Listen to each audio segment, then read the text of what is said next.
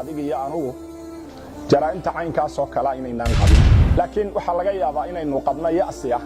taloma laga yaabaa mar dambe inay xaaladdu wanaagsanaato waxa la yidhi cidda wax xukuntaay marka ka dambaysa way ka soo xumaataa wadanku waa sii xumaanahaya waxa weeye rajada Soomaaliyeed way sii haraysaa waxa weeye waa la sii kala socdaa waxa weeye baa laga yaabaa inaad isku qanacso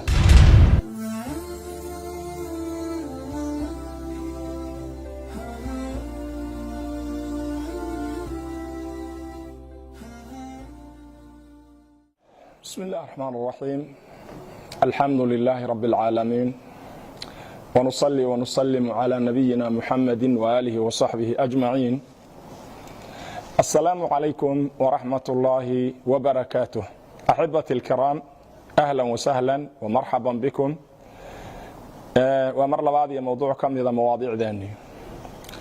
موضوعا ما أنتو حكو سابسن يهي إيوانكي سوحا ليدا هذا waxaad ku noolaataa amal iyo rajo waxaad iska ilaalisaa ya'siga iyo qanuudka iyo quusta waxaad barataa tafaa'ulka waxaad ka qiyaas qaadataa wixii soo gaadhay ambiyadii ilaahay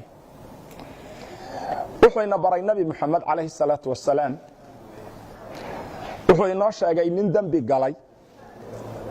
dabeedna dambigii uu galay iyo jariimadii uu galay aan quusan isagoo isku dayay inuu mar walba guul aakhiritaanka gaadho wuxuu dilay 99 qof wuxuu u tagay nin zaahida wuxuu ku yiri tawba ma leeyahay oo inaan mar dambe guulaysto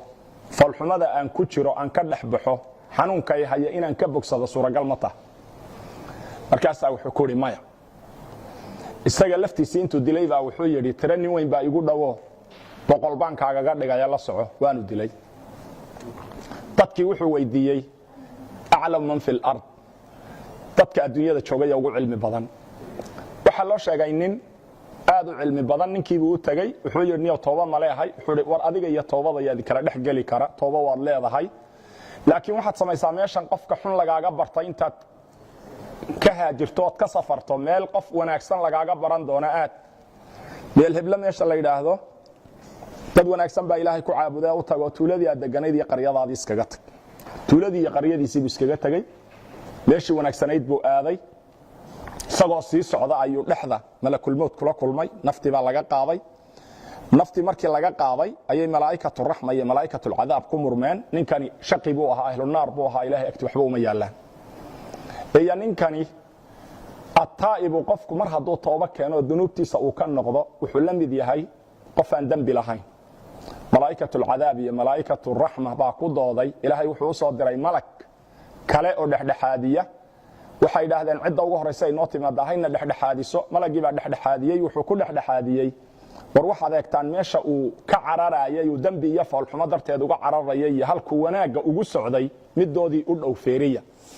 dabeedna midoodii u dhoweyd baa la feeriyayo wuxuu u dhawaaday meeshuu u socday uu doonayay shakhsiyadiisa inuu wax kaga bedelo oo rajo soo celinta u ahayd halkii baa dhawaatay dabeedna min ahli khayr buu ka mid noqday waxa laga yaabaa adiga iyo anugu jaraa'imta caynkaas oo kala inaynaan qabin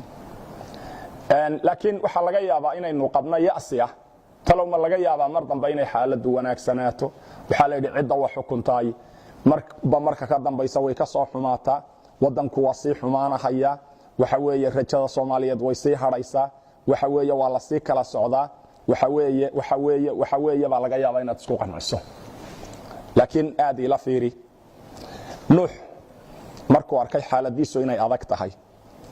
waxa la yiraahdaa kuma soo dhicin qalbigiisa marna ilaahay basharkan oo dhan intuu isaga darti u halaago sukaanta caalamka degan oo dhan ilaahay darti intuu u rogo isaga iyo waman maahu fi safinati inay badbaadi doonaan marna nuux qalbigiisa kuma jirin wad garan kartaa fada'a rabbahu anni maghlubun